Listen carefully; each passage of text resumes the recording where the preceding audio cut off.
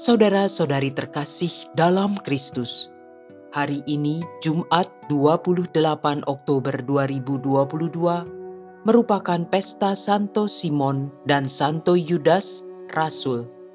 Bacaan dibawakan oleh Marieta Evelyn, Mazmur dilantunkan oleh Sylvia Mulyawan, dan renungan ditulis oleh Made Sinta. Selamat menekuni Sabda Allah. Marilah kita semakin mengasihi, semakin peduli, dan bersaksi.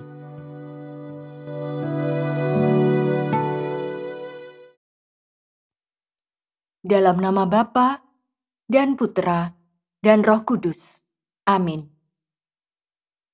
Tuhan Yesus yang baik, puji syukur kami panjatkan kepadamu, yang telah dengan rendah hati mau menjadi manusia dan wafat di salib bagi pemulihan hubungan kami dengan Allah yang telah rusak oleh dosa. Tuhan, kami mau selalu dekat denganmu, mendengarkan firman-Mu, dan melaksanakannya dalam hidup kami. Berbicaralah ya Tuhan, kami siap untuk mendengar. Amin.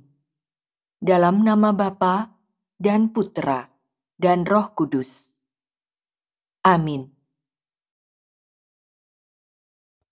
Bacaan dari Surat Rasul Paulus kepada jemaat di Efesus, bab 2 ayat 19 sampai dengan 22.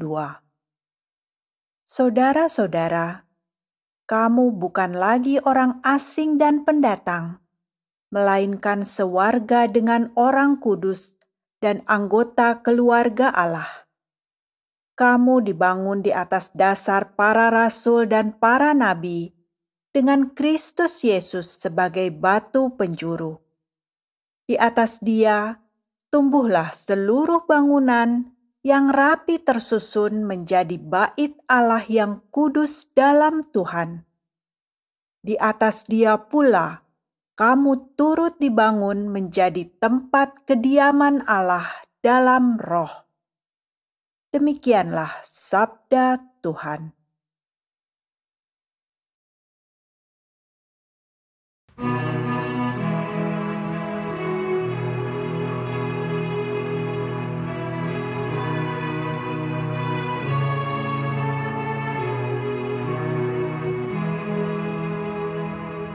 Di seluruh bumi bergemalah suara mereka. Langit menceritakan kemuliaan Allah, dan cakrawala memberitakan karya tangannya. Hari yang satu mengisahkannya kepada hari yang lain, dan malam yang satu menyampaikan pengetahuannya kepada malam berikut. Di seluruh bumi bergemalah suara mereka, meskipun tidak berbicara dan tidak memperdengarkan suara. Namun di seluruh bumi bergaunglah gemanya, dan amanat mereka sampai ke ujung bumi. Di seluruh bumi bergemalah suara mereka.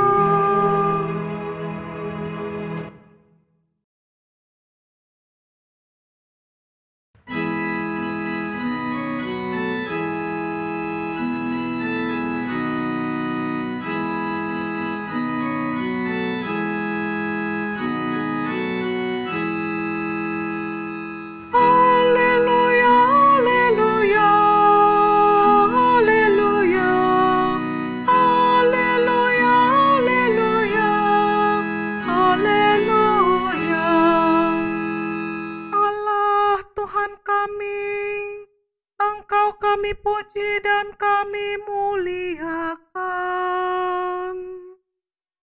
Kepadamu paduan para rasul bersyukur ya Tuhan. Haleluya, haleluya, haleluya, haleluya, haleluya, haleluya.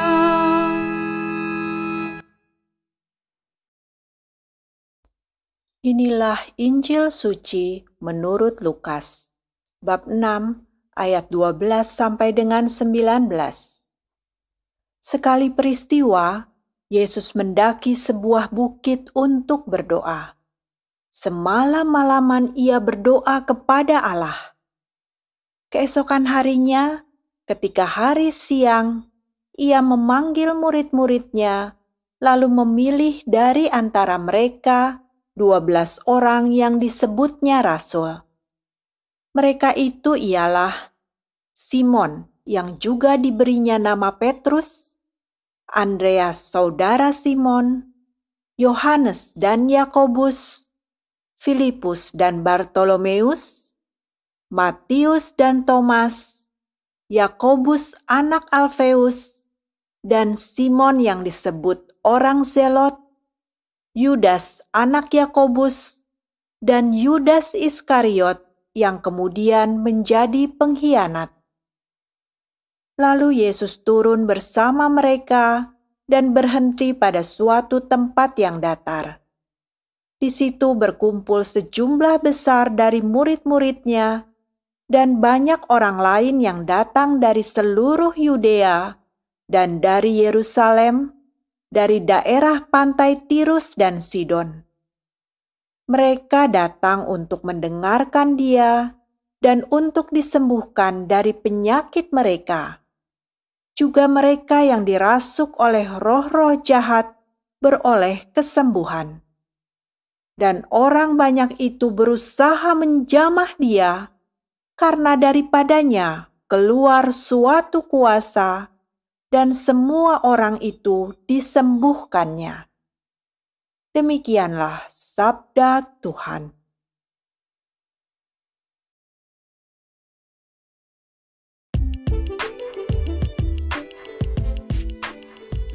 Menjadi anggota keluarga Allah dan bagian bangunannya. Renungan dibawakan oleh Bernadette Esther.